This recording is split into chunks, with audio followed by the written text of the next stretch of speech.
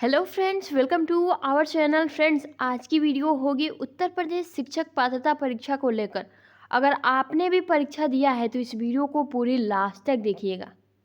आपको भी ये सारी बातें जाननी चाहिए, आगे की प्रक्रिया क्या होने वाली है, सब कुछ। उसके बाद से आप अपना विचार नीचे कमेंट्स बॉक्स में रख सकते हैं।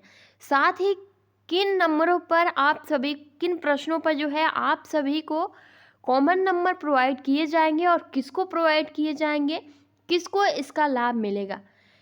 अभी आप स्क्रीन पर देख सकते हैं पेपर कैंसल को लेकर, यानी कि जो आपकी टेट 23 जनवरी को हुई थी उससे रिलेटेड हाई कोर्ट में याचिका दायर कर दी गई है कि पेपर कॉपी पेस्ट किया गया है और ये प्रशिक्षुओं के साथ बहुत गलत किया गया है। और ये प्रशिक्षु देख सकते हैं जो कि अभी आप स्क्रीन पर इनके द्वारा जो है, प्रशिक्षुओं के द्वारा जो है याचिका दायर की जा चुकी है। यहाँ ये भी मेंशन किया गया है।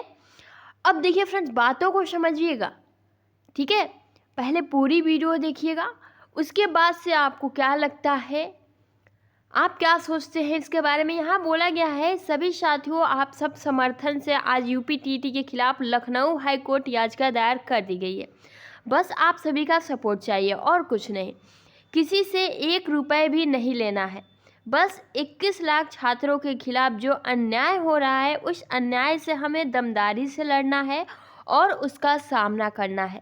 हम आपको भरोसा दिलाते हैं कि अपनी 21 लाख साथियों की जो भी ऐसा उनके साथ हुआ है तो न्याय दिलाकर रहेंगे। और ये पूरी बात हाई कोर्ट याचिका दायर करने वाले अभ्यर्थियों ने यहाँ मेंशन किया है। अब ये पूरी प्रक्रिया क्यों गई है, चलिए हम इसे समझते हैं। फ्रेंड्स, आप भी देख रहे होंगे 2 दिन से, है ना, 2 दिन से जब से पेपर समाप्त हुआ, लगभग 70 से 80% 2017 का पेपर यहाँ रिपीट हुआ है। एक बात इन लोगों ने गलती कर दिया है पीएनपी सचिव द्वारा, क्योंकि देखिए फ्रेंड्स, जब कोई मामला ऑलरेडी विवादित रहता है तो फिर वही पूरा पेपर उठा कर देने की क्या ज़रूरत थी। कम से कम उन प्रश्नों को छांट देते। अगर इनको इतना पेपर बनाने में मतलब था कि नहीं बहुत कम टाइम है, तो 4 सालों से थोड़ा थोड़ा करके ले लेते। अब पीएनपी सचिव जी का यहाँ बयान आ रहा है कि ये एक चुनावी टूल बनाया जा रहा है। हर बार इनका ये कहना है कि हम ये भी तो नहीं है कि आउट ऑफ सिलेबस दिए हैं कि इसके खिलाफ विरोध कर रहे हैं आप सभी, है ना।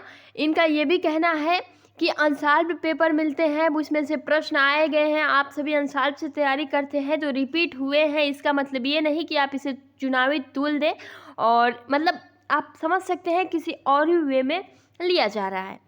हालांकि यहाँ ये भी बताया गया है फ्रेंड्स, आपने देखा होगा 2017 में जो है ये पूरा मामला विवादित था, है ना। और 14 प्रश्नों को लेकर जो भी अभ्यर्थी थे आपत्ति जताए थे, और ये पूरा मामला जो है सिंगल बेंच के फैसले के खिलाफ सरकार डबल बेंच में भी गई थी, जहां 11 प्रश्नों को पीएनपी का जो उत्तर है वो सही माना गया था, लेकिन 3 प्रश्न ऐसे थे जो कि कोर्ट द्वारा गलत माने गए, और इसीलिए प्रशिक्षुओं को वहाँ एफएम प्रोवाइड किया गया है। एफएम मतलब कॉमन नंबर फुल मार्क्स। वो 3 प्रश्न फिर से विवादित हो गए हैं, और ये पूरी बातें परीक्षा नियामक प्राधिकार, यानी कि एक तरह से इनका ये कह सकते हैं कि ये पूरा मतलब तैयार है कि हाँ, जैसे 2017 में हुआ था हम फिर से वही प्रक्रिया करेंगे, आप सभी को कॉमन नंबर प्रोवाइड कर देंगे। आप इसको लेकर जो है इतना ज़्यादा बात फैलाने की ज़रूरत नहीं है। अब देखिए फ्रेंड्स, वो 3 प्रश्न थे कौन और किनको किनको प्रोवाइड किए जाएंगे। अभी आप देख सकते हैं, सबसे पहला प्रश्न है, घास भूमि क्षेत्र में परितंत्र की खाद्य श्रृंखला में सबसे उच्च स्तर का उपभोक्ता होता है। तो ये आप देख सकते हैं, ये आपका प्रश्न है और पूछा गया था। अब देखिए, बहुत सारे प्रशिक्षु यहाँ जीवाणु लगाए हैं, बहुत सारे प्रशिक्षु यहाँ मांसाहारी लगाए हैं। अगर हम यहाँ बात करें तो पीएनपी का जो राइट आंसर था वो था मांसाहारी, और कोर्ट द्वारा इसे कहा गया कि जीवाणु भी हो सकता है, यानी कि दोनों ऑप्शन यहाँ मेंशन कर दिए गए। तो इस पर जो है पीएनपी को फुल मार्क्स प्रोवाइड करना पड़ा, है ना। अब देखिए नेक्स्ट प्रश्न था आपका, जो कि हिंदी का था, जो कि 2017 में भी विवादित रहा और 2021 में भी विवादित रहा। आँख की किरकिरी होना, जब हमने एनालिसिस किया था तभी भी हमने बोला था कि ये प्रश्न विवादित होगा 100%, क्योंकि इन लोगों ने, क्योंकि अप्रिय लगना और कष्टदायक होना दोनों हो सकते हैं। आँख का किरकिरी लगना, आपने ये कहावत सुनी होगी कि वो तो उसकी आँखों की किरकिरी है ना, किरकिरी लगता है। तो ये जो है आप देख सकते हैं, ये भी प्रश्न, ये दोनों आंसर जो है सही हो सकते हैं और पीएनपी संस्था द्वारा फिर से इस पर फुल मार्क्स प्रोवाइड किया गया था 2017 में। ठीक है, उसके बाद से एक और प्रश्न आ जाता है जो कि अभी आप सभी के स्क्रीन पर है और ये भी विवादित प्रश्न है। निम्नलिखित में से किसका नाम स्विट्जरलैंड शास्त्र के पिता से जुड़ा हुआ है? अब ये देखिए फ्रेंड्स, कोर्ट ने कहा है क्रो एंड क्रो और वहीं पीएनपी द्वारा कहा गया है गाल्टन। तो ये भी आपका प्रश्न जो है पूरी तरह से विवादित है और इस पर प्रशिक्षुओं को कॉमन नंबर प्रोवाइड किए गए थे। अब बात अगर ये आ जाती है, अगर आपने ये प्रश्न छोड़ दिया है या फिर अगर आपने वुडवर्थ लगा दिया है, रॉस लगा दिया है, तो आपको नंबर प्रोवाइड किया जाएगा कि नहीं किया जाएगा? इन द केस फ्रेंड्स, अगर हम बात करें तो आप सभी को पता होना चाहिए, जब भी आयोग द्वारा एफएम प्रोवाइड किया जाता है या फिर आईजी कर दिया जाता है, आईजी मतलब होता है इग्नोर। प्रश्न जब दोनों ऑप्शन या फिर जब प्रश्न गलत होते हैं तो बहुत आयोग मतलब ऐसे भी होते हैं जो प्रश्न को आईजी कर देते हैं, इग्नोर कर देते हैं। यानी कि अगर आपने ये प्रश्न किया है तब भी नंबर नहीं मिलेगा, अगर आपने नहीं किया है तब भी, मतलब अगर आपने किया है तब भी, अगर नहीं किया है तब भी, पूरी तरह से उस प्रश्न को हटा दिया जाता है। एफएम मतलब होता है आपका फुल मार्क्स। अगर ये प्रश्न यहाँ गलत होता है तो लगभग, अगर आपने इस प्रश्न को किया हो ना किया हो, इससे कोई मतलब नहीं है। आपको नंबर सभी प्रशिक्षुओं को प्रोवाइड किया जाता है, फुल मार्क्स, यानी कि आप कह सकते हैं कॉमन नंबर, है ना।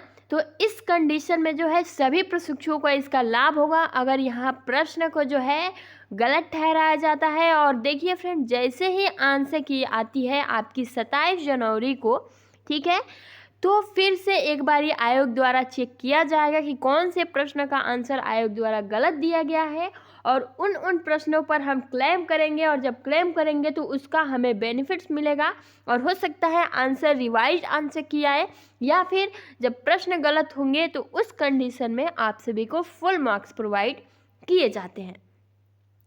तो चैनल के साथ बने रहें, जैसे ही उत्तर कुंजी आती है और 1 फरवरी तक आपत्ति ऑनलाइन प्रक्रिया हम सबमिट कर सकते हैं, तो इसको लेकर आप सभी बिल्कुल भी परेशान मत होइए। और इसी को लेकर ये पूरा मामला जो है कोर्ट में गया है और यहाँ आप देख भी सकते हैं कि सुबह से ई पेपर वाले भैया ने भी बहुत ज़्यादा आर्टिकल इस पर पब्लिश किया गया है और ये पूरा मैटर अभी सोशल मीडिया पर पूरी तरह से विवादित है।